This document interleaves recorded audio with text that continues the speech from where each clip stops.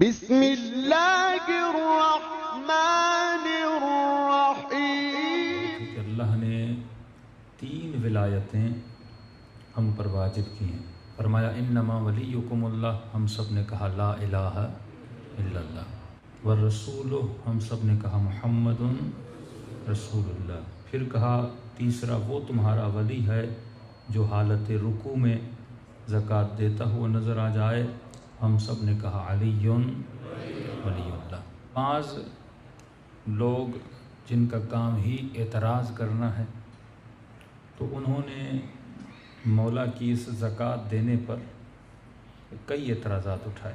بولا کہ آپ شیعہ اپنے ممبروں سے اتنے مولا علی کے فضائل پڑھتے ہو، اور یہ سننے میں آیا کہ آپ نے کہا کہ کسی جنگ میں مولا کو تیر لگا اور اصحاب نے کہا کہ یا رسول اللہ تیر ابھی نکالیں یا کیا کریں؟ تو رسول نے فرمایا کہ علی جب مصلی عبادت پہ کھڑا ہو جائے تو اس وقت مولا کے پاؤں سے تیر نکالنا، اور کہا کہ جب مولا نماز پڑھنے لگے تو اصحاب نے تیر بھی نکال لیا اور مولا کو پتہ بھی نہ لگا کہ تیر نکلا ہے یا نہیں نکلا۔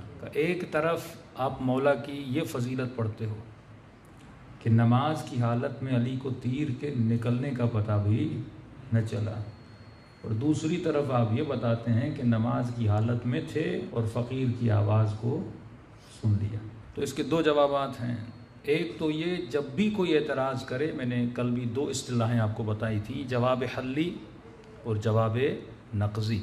حلی یہ کہ آپ روایت پڑھیں، روایت میں یہ ہے کہ فقیر نے 3 مرتبہ مانگا تھا، ہے کوئی مجھے خیرات دینے والا، نہ کسی نے آواز سنی نہ کسی نے خیرات دی۔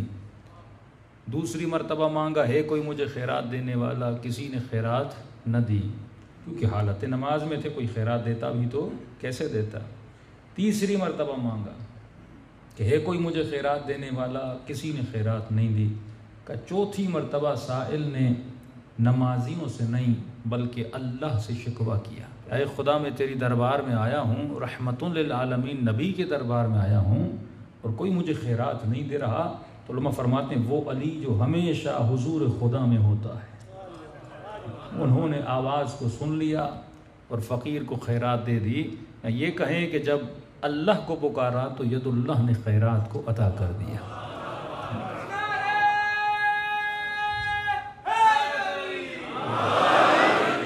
جب یہ جواب دیا گیا تو پھر انہوں نے دوسری روایت پہ اعتراض کر لیا کہ یہ بات ہماری سمجھ میں نہیں آتی، کسی کے پاؤں سے تیر نکلے اور یہ کیسے ممکن ہے کہ اس بندے کو پتہ نہ چلے؟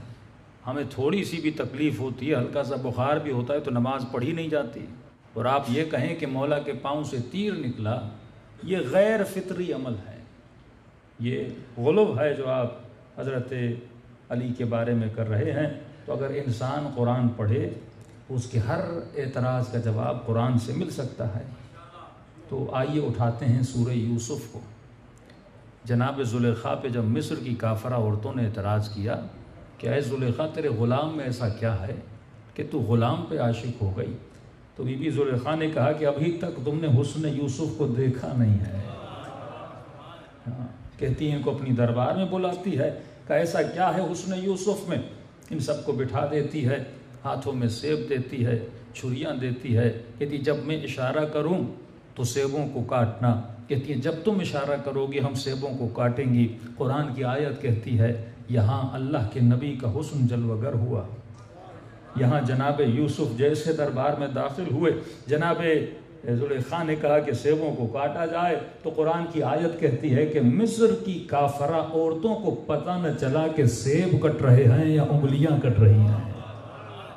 تو یہ غور طلب بات ہے کہ وہاں پر دیکھنے والی کون ہیں؟ مصر کی کافرہ عورتیں ہیں، مومن بھی نہیں ہیں، مسلم بھی نہیں ہیں، اللہ کے نبی کو جانتی بھی نہیں ہیں، اس پر ایمان بھی نہیں رکھتی، لیکن جب ان کے حسن کو دیکھا تو انہیں پتہ نہ چلا کہ سیب کٹ رہے ہیں یا انگلیاں کٹ رہی ہیں۔ تو ارے وہاں پر دیکھنے والا کوئی عام نہیں تھا بلکہ امیر المؤمنین تھا، اور کسی نبی کو نہیں دیکھ رہا تھا بلکہ خالق حسن یوسف کو دیکھ رہا تھا۔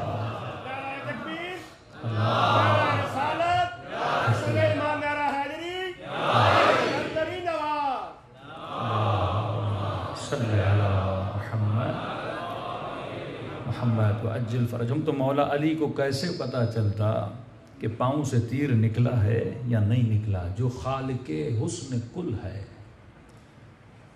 معصوم فرماتے ہیں کہ حمد اس کا کیا جاتا ہے، شکر اس کا کیا جاتا ہے، تعریف اس کی جاتی ہے۔ مثلا تمام تعریفیں کس کے لیے؟ اللہ کے لیے۔ تعریف اس کی جاتی ہے جس کا حسن اس کا اپنا ہو۔ کائنات میں جتنے بھی حسین ہیں ان کو حسن دیا گیا ہے، لیکن اس کائنات میں واحد ذات پروردگار عالم ہے جس نے کسی سے حسن لیا نہیں ہے، بلکہ اس کا حسن اپنا ذاتی ہے۔ اگر ہم آئینے کے سامنے کھڑے ہو کر یا کسی پھول کی تعریف کرتے ہیں تو اس کو حسن عطا کردہ ہے، پھول کا حسن اپنا نہیں ہے، چاند کی روشنی اپنی نہیں ہے، انسان کا حسن اپنا نہیں ہے۔ تبھی فرمایا کہ انسان و بندہ حمد پروردگار عالم کا